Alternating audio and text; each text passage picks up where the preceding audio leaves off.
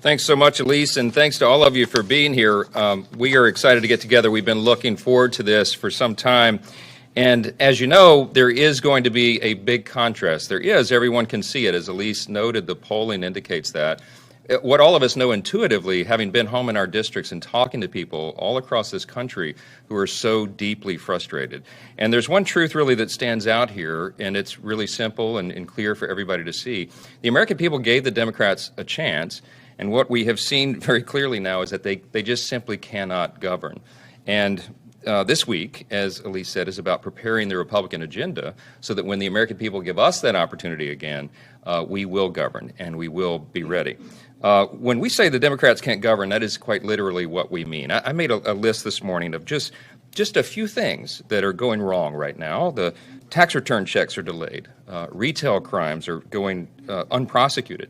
Many children are still not in school at 5 days a week now, still.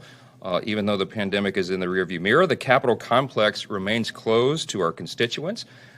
Democrats dial into committee hearings, often while on vacation. We have some colleagues who quite literally did not return to the Capitol complex for an entire year to vote in person. They used proxy instead.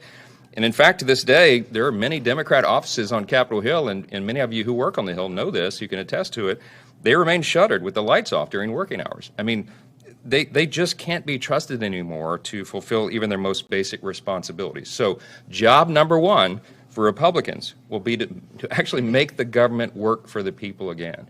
This is not rocket science. The government offices need to be open and working like the average hardworking American families have to do. They have to go to work.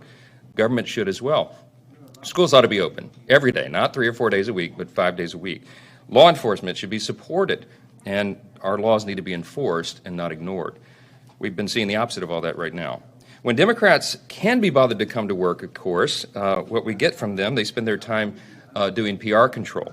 All these crises that they have created, you know, the sky-high cost of living now, the cost of goods, the illegal immigration at this disastrous level that we're facing right now, and all the negative ramifications that come from that.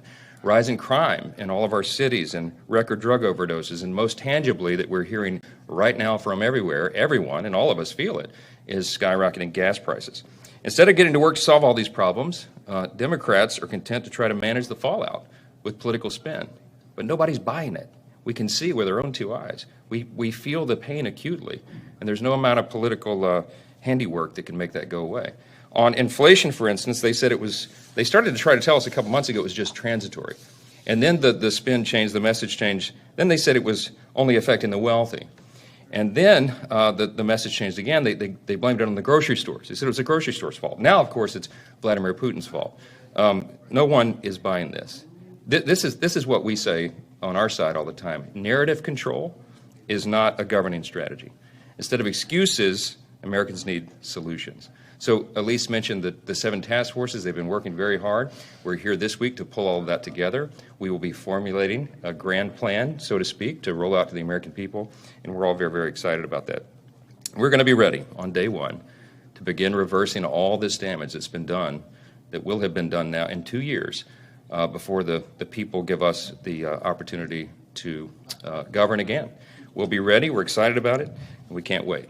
I want to yield next to the gentleman from North Carolina, our House Republican Conference Secretary, Richard Hudson.